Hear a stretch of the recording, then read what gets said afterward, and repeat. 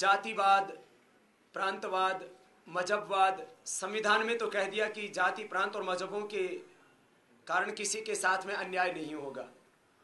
पूरे देश के नागरिकों को पूरे देश में कहीं पर भी स्वच्छंद तरीके से भ्रमण करने का, व्यापार करने का, नौकरियां करने का, व्यवसाय करने का अधिकार होगा।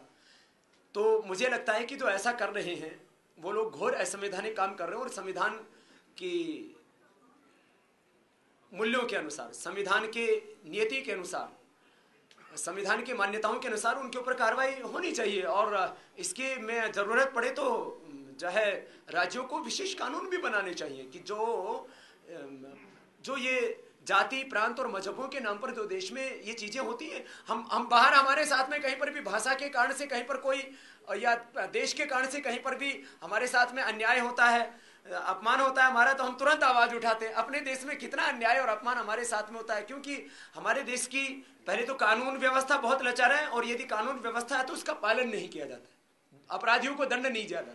ये एक पक्ष है ये कि जहाँ ये भाषा के स्तर पर जहाँ अन्याय होता है, बाकी तो हर स्तर पर भी तो यहाँ अन्याय हो रहा है।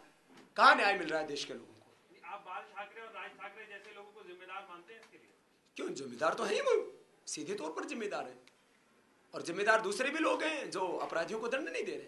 गर्भ से अपंग बच्चे पैदा हो रहे, माताओं बहनों के स्तनों में जो दूध है उसके अंदर से जहर निकल रहा है, क्योंकि वो जहरीले पेस्टिसाइड्स और वो फर्टिलाइजर्स वो माँ का दूध बनकर के स्तनों में आ गए।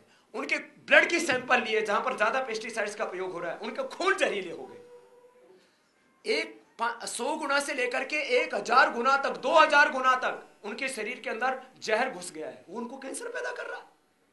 और अब इस देश की क्रूर सरकारों ने, मैं बहुत घटिया शब्द प्रयोग कर रहा हूं, इस देश की क्रूर और दरिंदी सरकारों ने जीएम फूड को अनुमति दे दी।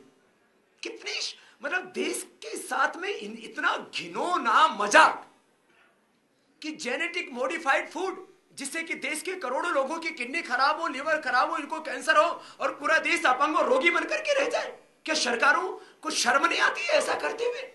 कृषि मंत्रालय ने उसके लिए अनुमति दे दी है, बाकी मंत्रालयों के पास में वो फाइलें घूम रही है। बीटी ब्रिंजल को तुरंत अनुमति दे दी गई है, उसके बाद 18-20 बीज लाइन में है और 200 बीजों के ऊपर अपने देश में शोध चल रहा है। ये चीजें तो हम पका करके नहीं खाते, कच्ची भी खाते।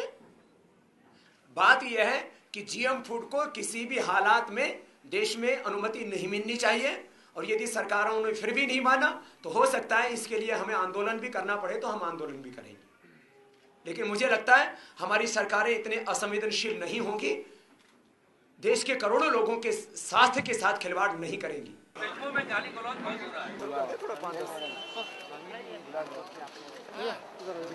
हो रहा है।